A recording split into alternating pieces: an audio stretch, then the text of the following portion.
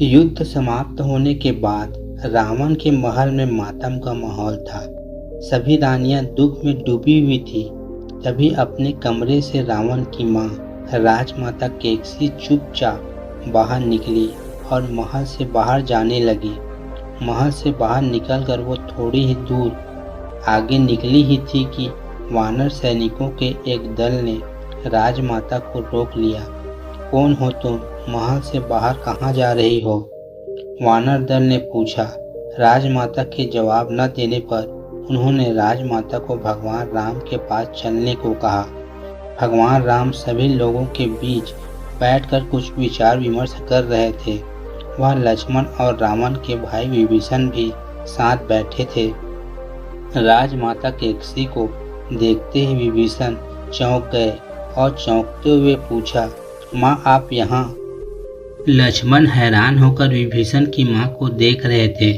लक्ष्मण ने प्रभु राम से कहा, इन वृद्धा को देखिए, इनका कोई भी वंशज नहीं बचा, लेकिन यह अभी भी जीना चाहती है, इसलिए भागने का प्रयास कर रही है।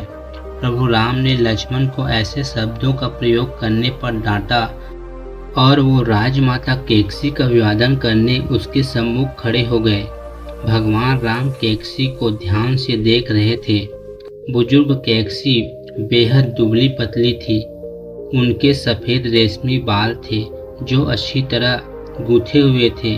उन्होंने सुंदर वस्त्र पहन रखा था और हाथ पांव एक महारानी की समान नाजुक थे। आखिर वो लंकापति रावण की माँ थी। भगवान राम राजमाता केकसी की मन स्थिति को समझने का प्रयास कर रहे थे।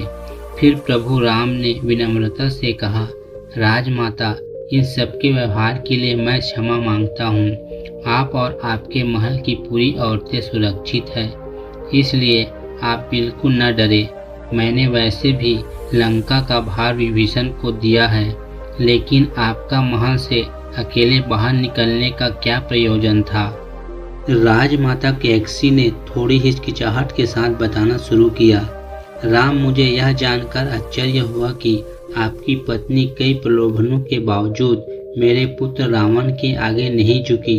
मैं जीवित रहना चाहती थी ताकि मैं देख सकूं कि आप जीतने के पश्चात लंका के साथ क्या करते हैं।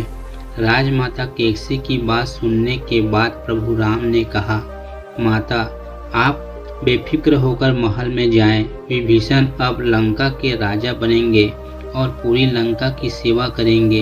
अपने सभी पुत्रों और रावण का संहार करने वाले राम की प्रशंसा करने के लिए राजमाता केकसी खुद को मन में भला बुरा कह रही थी, लेकिन वह जानती थी कि राम इस प्रशंसा के काबिल हैं।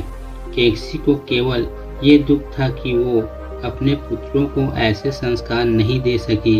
अगर दे पाती तो उसका अंत इस तरह नहीं होता। भगवान राम के निर्देश पर विभीषण ने लंका का राजपाट संभाल लिया। राजमाता केकसी अपने पुत्र वधुओं के साथ लंका की जनता की और उन लोगों की सेवा में लग गई जिन्हें रावण की वजह से कष्ट भोगना पड़ा था। राजमाता केकसी मन में राम नाम का जाप कर खुद को शांत रखती। प्रभु राम का नाम उन्हें आगे जीवन के लिए प्रेरित भी करता। एक दिन उन्हें भगवान राम के सरयू नदी में जल समाधि ले लेने की खबर मिली। खबर सुनते ही उसकी आंखों से आंसुओं की धारा बह निकली।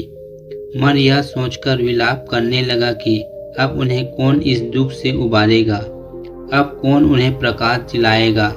केकसी व्यथित थी, लेकिन फिर भी उन्होंने संन्यास नहीं लिया, बल्कि प्रजा की सेवा करती रही और अपने राजमाता होने का मर्यादा धर्म का पालन किया। आखिरी सांस तक वह राम नाम का जाप करती रही। दोस्तों, ये पौराणिक कथा आपको पसंद आई हो तो वीडियो को एक लाइक और शेयर अवश्य करें और चैनल पर पहली बार आए हो तो सब्सक्राइब करें। धन्यवाद।